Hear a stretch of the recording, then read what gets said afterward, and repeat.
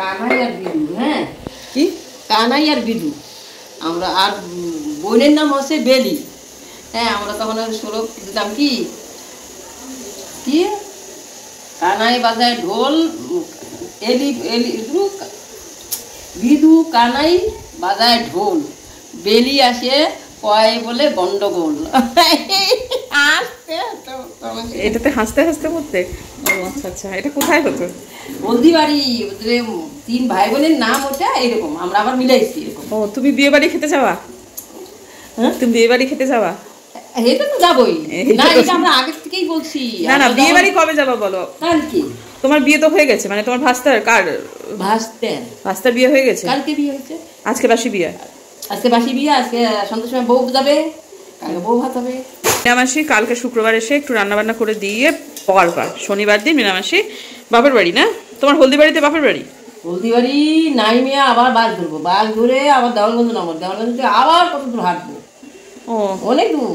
তো ভালো। তো কে কে যাবা? তুমি? আমি আমার বোনে মেয়েটা যাবে। আচ্ছা ঠিক আছে। তো গিফট কি দিবা? গিফট একটা নাকের ফুল বানাইছি। বাহ, খুব ভাস্তা। ঠিক আছে, একদম ঠিক আছে মাসি, খুব ভালো। না না, ঠিক আছে মাসি, খুব সুন্দর। হ্যাঁ, 1200 টাকা পড়ছে নাকের ফুল। বাহ, ঠিক আছে, ভালো ভালো। আমি কিছু দিলাম, ছেলে কিছু দিল, দিয়ে ঠিক আছে। টাকা দিলে হুশ করে উড়ে যাবে এই নাকের ফুলটা, সারা জীবন দেখবে আর বলবে পিসি দিছে, তাই না মাসি? একদম ঠিক।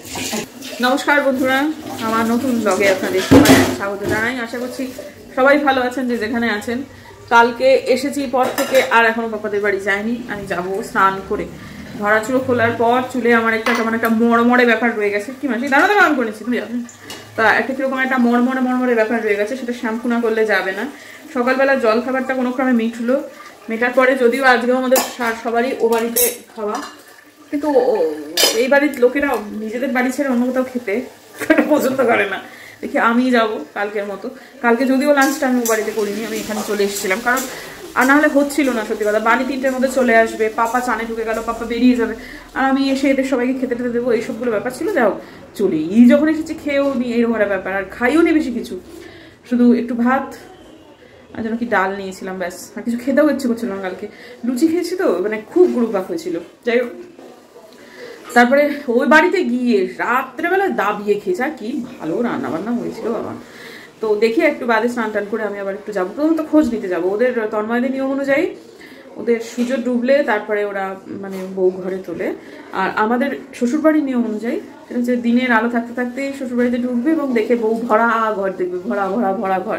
হ্যাঁ, দুধ উতলোচ্ছে, তারপর তারা ঢুকবে, এই টাইপের ব্যাপার আর কি। দুধ উতলোচ্ছে না সংসার উতলোচ্ছে, কানে বিষ বিষ করে কে যেন একটা বলে দিয়েছে, বারবার সংসার উতলোচ্ছে, এইসবগুলো।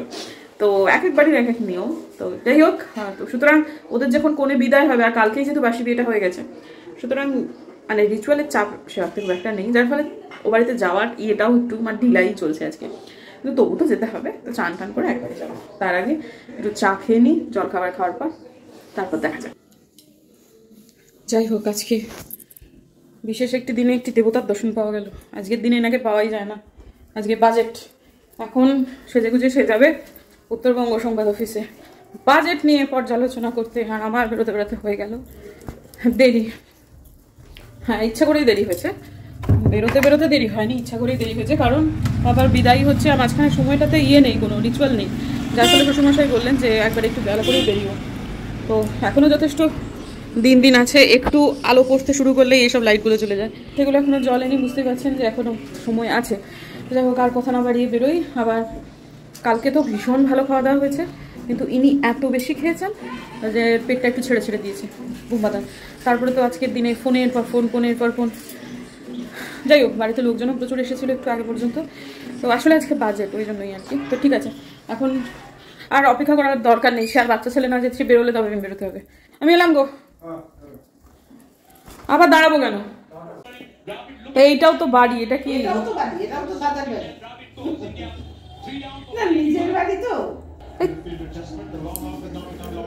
নিজের বাড়িতে কিছুই নেই বাকি। হ্যাঁ কাকু, যাচ্ছি। যাবেন? চলুন যাই।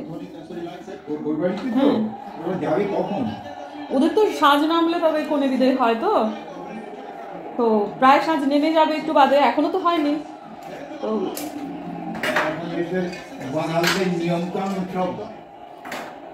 ভগবান,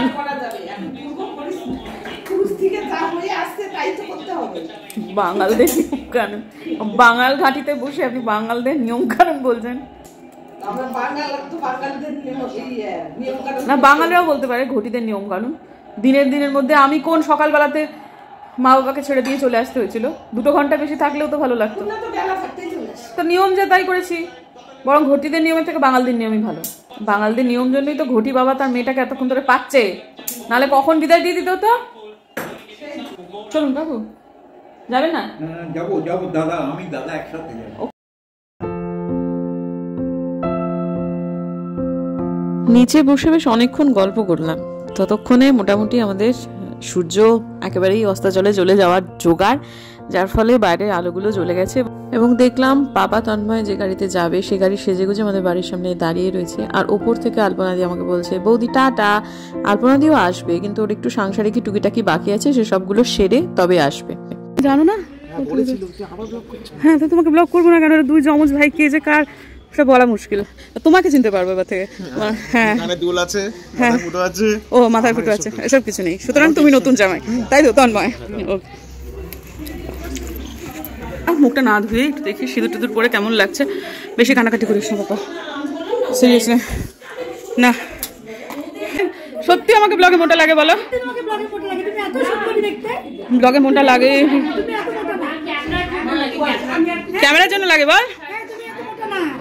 তুমি না যখন ক্যামেরাটা ধরবে না, প্রায় তোমার ক্যামেরা তোমার মাথার উপরে থাকে, তোমার অটোমেটিক্যালি যখন উপর থেকে পোস্টটা হবে না, সিমেট্রিক চলে আসে।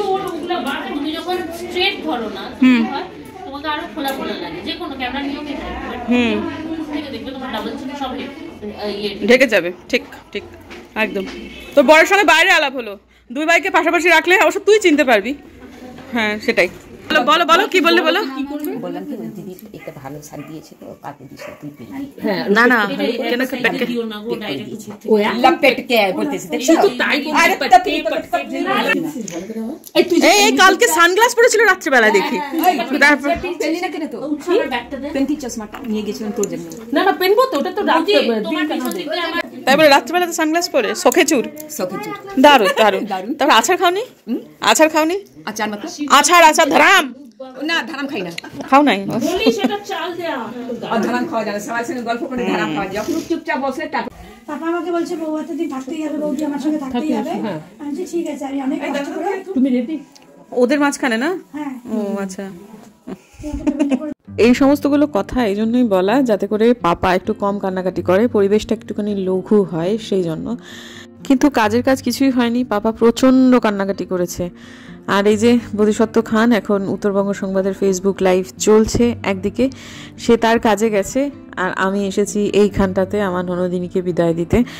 আজকের দিনটা কিছু করার ছিল না, আজকে বাজেট হয়েছে, বোম্বাদাকে আজকে যেতেই হতো, এটা ওর দায়িত্বের একটা জায়গা, সুতরাং ওকে এখানে যেতেই হয়েছে।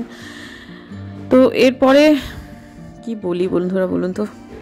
আমি এই পরিস্থিতিতে দিদির বিয়ের সময়, আমার বিয়ের সময়, টুকটুকিদির বিয়ের সময় খুব কাছ থেকে দেখেছি। তো এই সময় ফিলিংটা না একদম এক কথায় বলতে গেলে ধ্যাত্তেরিকার একটা সিচুয়েশন, ধ্যাত্তেরিকার একটা ফিলিং। কেন যে এরকম হয়, কেন যে মেয়েদেরকেই যেতে হয়, এইসব অনেক কথা, অনেক প্রশ্ন মাথায় সবসময়ই ঘোরে, কিন্তু এগুলোর কোনো উত্তর নেই। তবে একটা জিনিস পাপার মধ্যে আর আমাদের বাকি যে 3 জনের মধ্যে কমন দেখলাম, সেটা যে আমরা না কেউ খুব একটা লাউড ছিলাম না কান্নাকাটির ব্যাপারে। আমি, দিদি, টুকটুকিদি প্রত্যেকেই কান্নাকাটি করেছি, তবে সেটা খুবই নীরবে। পাপাকেও দেখলাম খুব কেঁদেছে, কিন্তু পাপাও একেবারেই মানে ফুপিয়ে ফুপিয়ে কান্না। আর আমার শ্বশুর মশাই দেখুন যে জ্যাকেটটা পরেছে, সেটার পেছনটা যে ছিঁড়ে গেছে সেটা আমরা খেয়াল করিনি। বাড়িতে আসার পরে সেই জ্যাকেটটা নিয়ে বললাম যে দেখুন এটা উনি এইটাই পরবেন, ওইটুকু ছিঁড়েছে তো কী হয়েছে, আমি রিফু করে নেব। কিন্তু এটা না আমি আসলে কোনোদিনও খেয়াল করিনি যে ভদ্রলোকের এই জায়গাটায় ছিঁড়ে গেছে এই জ্যাকেটটা। এটা কিন্তু বুম্বাদার জ্যাকেট, তো ওনারটা উনি পরবেন না, ছেলেরটা, কিন্তু এটা আসলে এবার শীতের পরে এটাকে করে নিতে হবে। আর আমার মেজো খুর শ্বশুরমশাইয়ের সর্বঘটের বর্তমানকাল এই একটা মাত্র চাদর। আজকে ছেলে এসে বকেছে, মানে কাকাকে বকেছে মানে কি একটু বলেছে যে কাকু তুমি ছাড়ো তো তোমার এই চাদরখানা। তারপরে একখানা শাল বার করে দেওয়া হয়েছে, কাকু পরেছেন সেটা। যাই হোক, এখন মোটামুটি পাপার আশীর্বাদ চলছে, পাপা খুব কান্নাকাটি করছে। সব থেকে খারাপ লেগেছে আমার এই ছোট কাকু যখন আশীর্বাদ করছিল, ছোট কাকু কাঁদছে, পাপা কাঁদছে, এবং বাকি সবাই কাঁদছে। মানে এই সময়টায় ওই আমার পাশে ছোট বাচ্চাটি, আমার শ্বশুরমশাই, মেজ শ্বশুরমশাই আর বোধহয় তন্ময় এবং তার কয়েকজন বাড়ির লোক ছাড়া পাপার বাড়ির লোকের সবাই কাঁদছিল। আমিও এই সময়টায় আমার নিজের মুখখানা দেখানোর খুব একটা ইচ্ছা প্রকাশ করিনি, কারণ আমিও তখন কাঁদছিলাম। আমি সত্যি কথা মনে মনে চাইছিলাম ওই যে আছাড়ি পাছাড়ি কান্না, একজন অজ্ঞান হয়ে পড়ে গেল, একজনটা হলো, ওইগুলো যদি এক্সপিরিয়েন্স করতে হতো তাহলে মানে আমার কীরকম যেন একটা লাগে। মানে আমার খারাপ লাগে, আমি সেটা বলছি না, মানে মন খারাপ তো হয়, কিন্তু একটা অদ্ভুত ফিলিং হয় সেটার সময়, সেটা যেন না দেখতে হয়, এটাই একটু ভাবছিলাম। কিন্তু বাস্তবেই কাকিমা কিন্তু খুব স্ট্রং ছিলেন। এ ধরনের মানে উল্টে পড়ে যাওয়াগুলো মায়েরাই করে, কিন্তু কাকিমা ভীষণ স্ট্রং ছিলেন, কাকুর থেকেও বেশি। কিন্তু মায়ের মন, সে তো আর 5 জন মায়ের থেকে বিশেষ পার্থক্য নেই, কিন্তু মানে অনুভূতিটা তিনি পাপাকে বুঝতে দিচ্ছিলেন না। যেহেতু মেয়ে কান্নাকাটি করছে, মায়ের কান্না দেখলে আরও বেশি কাঁদবে, মেয়ের শরীর খারাপ হয়ে যাবে, সুতরাং কষ্ট করে হলেও চুপচাপ থাকার চেষ্টা করছিলেন। বন্ধুরা, আমি একটা কথা বলি, আমার না এই সময়টাতে যে মূল অনুভূতিটা হয় সেটা হচ্ছে আমার না ভীষণ ভয় করে, বা আজকেও খুব ভয় করছিল। পাপাকে নিয়ে ভয় নয়, পাপারা তো অনেক দিনের পরিচিত, ওরা ভালোই থাকবে, কিন্তু সিচুয়েশনটা কল্পনা করে যে মানে একটা মেয়ে সম্পূর্ণ সব কিছু ছেড়ে শ্বশুর বাড়ি চলে যাচ্ছে, সেখানে সম্পূর্ণ অপরিচিত একটা মানুষ, ওইখানে গিয়ে সে খুব নরম একটা মাটি যেখানে সহজেই সবাই হাঁচড়াতে পারে, এই পরিস্থিতিটা ভাবলেই আমার কেমন যেন পেটের ভেতরটা একটু করে। আমি জানি না এটা কেন হয়, কিন্তু আমার এটা হয়। আমাকে কাকিমা অনেকবার বলেছিল আশীর্বাদ করবার জন্য, কিন্তু যেহেতু শ্বশুরমশাই করেছেন, যেহেতু আমি পাপাকে সব থেকে মন থেকে সর্বোচ্চ আশীর্বাদ যেটা, সেটা হচ্ছে তোমরা ভালো থেকো, পাপা তন্ময়কে তোমরা ভালো থেকো, তোমরা সুখে থেকো, তোমরা খুব সুন্দরভাবে নিজেদের মতো করে স্বনির্ভর হয়ে, ইনফ্যাক্ট তোমরা স্বনির্ভরই, কিন্তু তার সত্ত্বেও খুব ভালো জীবন যেটা তোমরা আশা করছো সেটাই যেন তোমরা বাঁচতে পারো, সেটা তো সব সময়ের জন্যই রয়েছে। কিন্তু যত আশীর্বাদ তত বেশি কান্নাকাটি, তত বেশি সময় এদিক ওদিক চলে যাওয়া, এমনিতেই ওদের চলে যাওয়ার সময় চলেই এসেছে। তো যাই হোক, হয়ে গেল পাপার বিদায়ী। খুব কান্নাকাটি করেছে। পরের দিন গিয়ে শুনলাম ঘরোয়া বৌভাতে যে ওরা মানে পাপা প্রায় সারা রাত্রি কেঁদেছে, মানে শ্বশুরবাড়িতে গিয়েও। তো কাজেই কি আর বলি, সবাই ভালো থাকুক। শ্বশুরবাড়িটা খুব ভালো হয়েছে, খুবই ভালো হয়েছে, এরা খুব ভদ্র লোক, ভদ্র পরিবার। আর এখন হচ্ছে কনকাঞ্জলিটা জাস্ট একটা নিয়ম, এটা মানে পাপা অত এই কি নিয়মের কি মানে সে সমস্ত কিছু না বুঝেই ওকে যে যা করতে বলছে ও একদম কলের পুতুলের মতো সেটাই করছে। এটা করব না সেটা করব না, যেটা আমরা করেছিলাম। পাপা ঠিক ওই টাইপের মেয়েই নয়, ও খুব নির্বিবাদী একটা মেয়ে। আর আমার শ্বশুরবাড়ি থেকে কিন্তু শাশুড়ি মা কনকাঞ্জলির ক্ষেত্রে বারণ করেছিলেন, আমিও বলে দিয়েছিলাম অনেক আগে আমি কিন্তু কনকাঞ্জলি দেব না। তো যার ফলে আমার বিয়েতে কনকাঞ্জলি বা দিদির বিয়েতেও কিন্তু কনকাঞ্জলি হয়নি, কারণ বাবাও এই নিয়মটির বিরোধী ছিলেন। কাঁদিস না, মন করিস না, বাবার খারাপ লাগছে।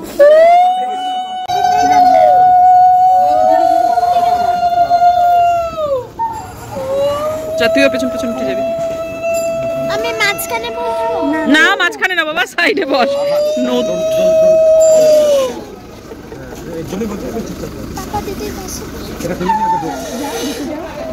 আমি পরবর্তীকালে দেখেছি বিয়েতে যে সমস্ত নিয়মকানুনগুলো হয় তার অধিকাংশই তো মেয়েকে পরগৃহে পাঠানোর জন্য একটা নিয়মকানুন বহুকাল আগে থেকে সেটা চলে আসছে, যেগুলো আজকের নিরিখে দাঁড়িয়ে মেয়েদের বাড়ির লোকের বা মেয়েদের জন্য অত্যন্ত অপমানজনক। কন্যা সম্প্রদানের সময়ে সম্প্রদানকর্তা যে ছেলের হাঁটু ওখানে 2 আঙুল ছুঁয়ে অংবংচং যে মন্ত্র বলে, সেটার মানে হচ্ছে আমি তোমার পা ধরছি, তুমি আমার মেয়েকে গ্রহণ করো। উল্টো দিকে মুখ ঘুরিয়ে মেয়ের বাঁ হাত দিয়ে মেয়ের কপালে সিঁদুর দান করা, তারপরেতে মা তোমার জন্য দাসী আনতে যাচ্ছি, এই যে কনকাঞ্জলি বাঁ হাত দিয়ে ঢিল দিয়ে দেওয়া, এগুলোর মানেই তো হচ্ছে তোমার 2টি খেয়েছি সেগুলো শোধ করে দিচ্ছি।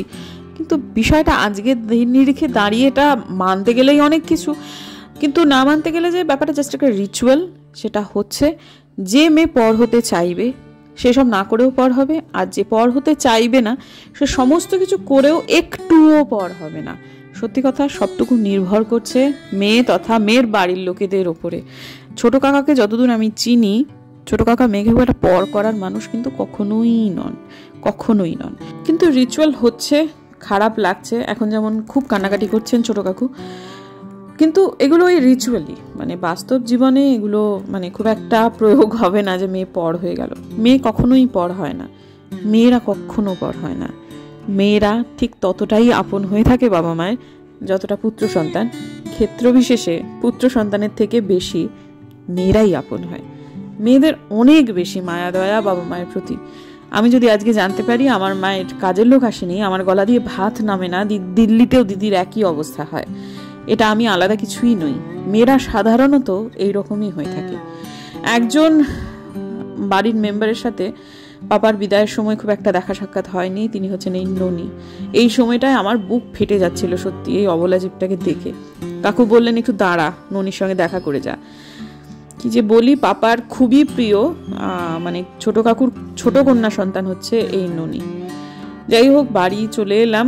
এবারে আমার হাজবেন্ডের কথা শুনে তার কাকা, মানে আমার কাকা শ্বশুর, তিনি চাদরটা বদল করেছেন, কিন্তু আমার শ্বশুরমশাকে এখনো বদল করানো হয়নি বা তিনি যায়নি। সেটা দেখা যাক কি হয়, সেটা কালকে হবে। এদিকে বাজেট নিয়ে বুম্বা দাদা এখন একটা অন্যরকম জোনে রয়েছে। সে সারাক্ষণই তার ফোন আসছে। এই যে যেই সময়টা ক্লিপিংটা ধরে রয়েছি সেই সময়টাই তার ফোন আসেনি, তারপর থেকে আগে পরে ফোন এবং ফোন। কিন্তু আমার ভীষণ মন খারাপ বন্ধুরা পাপা চলে যাওয়াতে। আজকের দিনটায় বা আজকের সন্ধ্যেটায় এই জন্য আমি আর কিচ্ছু ব্লগ করতে পারিনি। কালকে ব্লগ আর কালকে শেষ করতে পারিনি। কালকে খুব মন খারাপ ছিল, খুব। তারপরে রাত্রেবেলায় অনেক কিছু উথাল পাতাল চিন্তাভাবনা এসবগুলো ছিল। কত কি করলাম, ব্লগ করলে কতক্ষণে ব্লগ হয়ে যেতে পারতো, কিন্তু থাক, আজকে ব্লগটা ছোটোই থাক। তো কাকিমা কালকে খবর দিয়েছিলেন যে আজকে পাপাদের বলে ঘরোয়া বৌভাত সেটাতে যেতে বলেছেন, কিন্তু আমি আসলে টাইমটা এখনও বলতে পারছি না যে কখন যাব। আমি অন্তত জানি না, আমার শ্বশুরমশাইও জানেন না। একটু বাদে ফোন করে নিচ্ছি, এখন তো একেবারেই সকাল, একটু বাদে ফোন করে জেনে নিচ্ছি যে কখন যাওয়া। আমি একাই যাব। তো ঠিক আছে, আপাতত সেটা পরের দিনের একটা খুব ভালো ব্লগ হবে। আমি প্রথমবার তন্ময়দের বাড়ি যাব, তন্ময়দের বাড়ির লোকের সাথে আলাপ হবে। আমার তন্ময়ের পিসির সাথে আলাপ রয়েছে, চম্পাদি গান টান করেন, সেই সৌজন্যেই আলাপ রয়েছে। তো খুব ভালো মানুষ, একেবারে দিল দড়িয়া হা হা হা হা হা টাইপের মানুষ। কথা বলতে ভালোবাসেন, খুব গল্প করতে ভালোবাসেন, খুব ভালো মানুষ, খুব ভালো মনের মানুষ। আর চম্পাদি বললেন যে চিনুক আমাদের ছেলে কিন্তু খুব ভালো, তন্ময়। আমার দেখে মনে হয়েছিল ওরা দুটো যমজ ভাই, তমাল তন্ময়, কয়েক সেকেন্ডের ছোট বড় আর কি, তমাল বড় তন্ময় ছোট। তো যাই হোক, দুটো ছেলেই খুব ভালো শুনলাম। তো পাপা যখন চুজ করেছে তখন ভালোই করবে, পাপা খুব বুদ্ধিমতী। তো যাই হোক, আপাতত ওদের বাড়িতে যাব, দেখা হবে, শেষে একটা ভালো ব্লগ হবে পরের দিন, বা আজকে যেটাকে বলে। তো যাই হোক, আপনারা দেখবেন হয়তো এই ব্লগটা যেদিন যাবে তার পরের দিনে পাপাদের বাড়ির ব্লগ। তো ঠিক আছে, দেখা হচ্ছে কালকে একটা নতুন ব্লগে। যদি আমার ভিডিও ভালো লাগে তাহলে প্লিজ সাবস্ক্রাইব করবেন, পাশে নোটিফিকেশন বেলটা অন করবেন, যাতে ভিডিও দিলেই নোটিফিকেশন চলে যায় আপনাদের কাছে। দেখা হচ্ছে আগামীকাল, ততক্ষণের জন্য টাটা।